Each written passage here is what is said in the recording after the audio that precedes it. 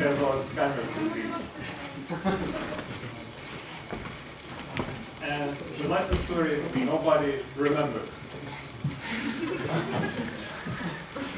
So basically they have some cognitive deterioration process happens with them. How can we identify Alzheimer's disease? The question is really hard to solve, but at least we can observe the results. So you might have had some relatives, just some acquaintances, who starts to forget something. Starts to forget your name, starts to forget his keys, starts to choose the right presentation.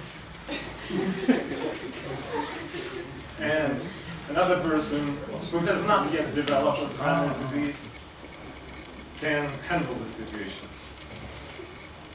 So basically, very smart people agreed upon that we have three states, cognitive states: normal, mediocre, just for the sake of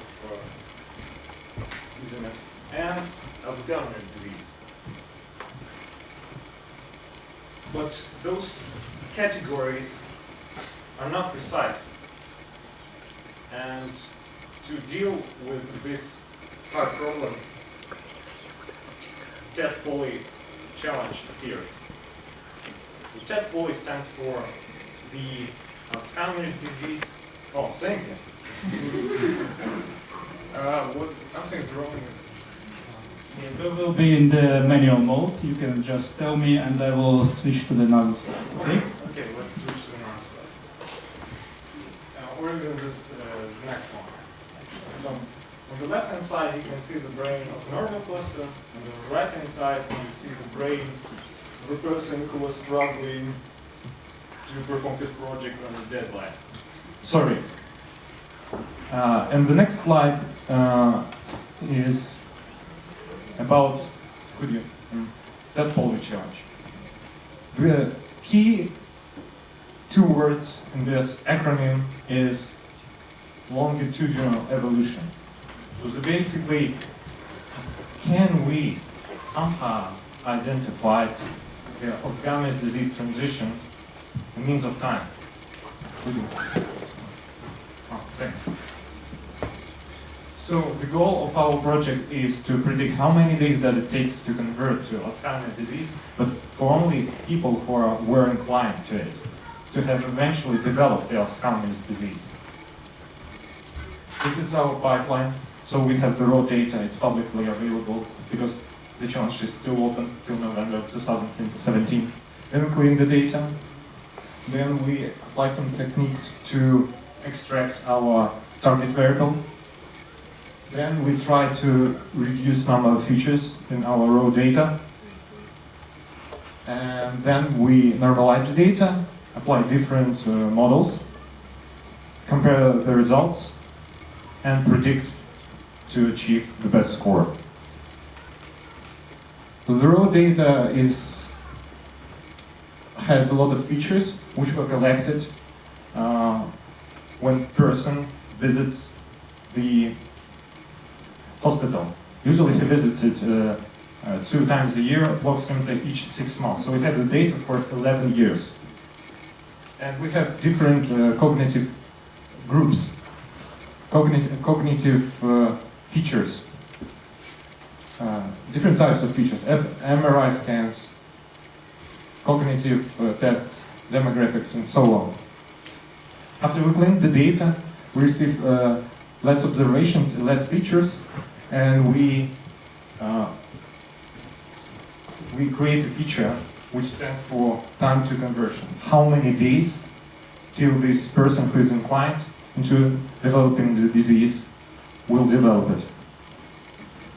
And I pass the microphone to Maria. Okay, first, the next step of our pipeline is feature selection, you can see.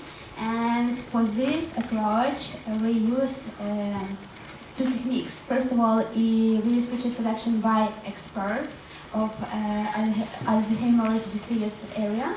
And the second approach, we use dimensionality reduction or machine learning technique. And previously we have 132 features, and we think, oh, we must choose some of the best features most important for our prediction. And for the first approach, we use principal component analysis, and this picture shows you. This picture shows you explain values of each component. And for the second approach, we use feature importance by extra classifier and random forest classifier. This picture shows you that each component of our data frames creates the same impact for our prediction, for our results. And that's why we use only 21 features for our model. And you can see here these features are divided into 3 types. The right one is cognitive types of features, and yellow is gene. And also we have some features that represent MRI and PET scans values of volumes. And after that, we create some normalizing for numeric data type and one hot encoder for categorical. And at the total, finally, we got 23 features for our model. And about model, Bogdan can explain your in more detail. Thank you. So I will do it in short. We have different kinds of regression models. We've chosen support vector regressor, linear SVR, lasso reach, random forest regressor, XGBoost, also just for a try. And we will influence it on one very interesting thing. So basically we compared them and selected the optimal one. It became random forest regressor. It was our choice because it given us the best mean absolute error. Also, we've chosen the best params like max features, depth, and criterion for choosing the right model. Basically, what means this mean absolute error in graphical terms, that we have, in terms of days, quite big error, of course. It's like, wow, 500 days. But in taking into consideration that we're working with dataset which includes decade of visits, it means that we actually can expect some kind of year or 2 error if we want to predict the disease in 8, 10, 12, 15 years.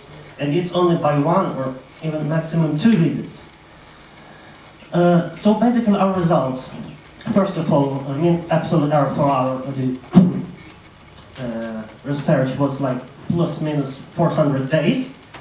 In terms, of course, 1 year it's like critical one, but in terms of 10 years, it still can be used as a trend for our patient. Also, it's our small contribution towards Alzheimer's disease data understanding. While doing all this research, Igor had also some insights from it, so he could use it in his own project. And little for us that we gained some team experience with real data science project with real issues. Basically, that's the last word. I want to thank my team, Andrei, Maria, Bogdana, Jurek, she's already in Odessa, and to our, of course, supervisor, Igor Koval. And that's basically all. Thank you for attention. Here is the notebook. You can check out our like crazy style hackathon, our notebook code, if you want to. That's all.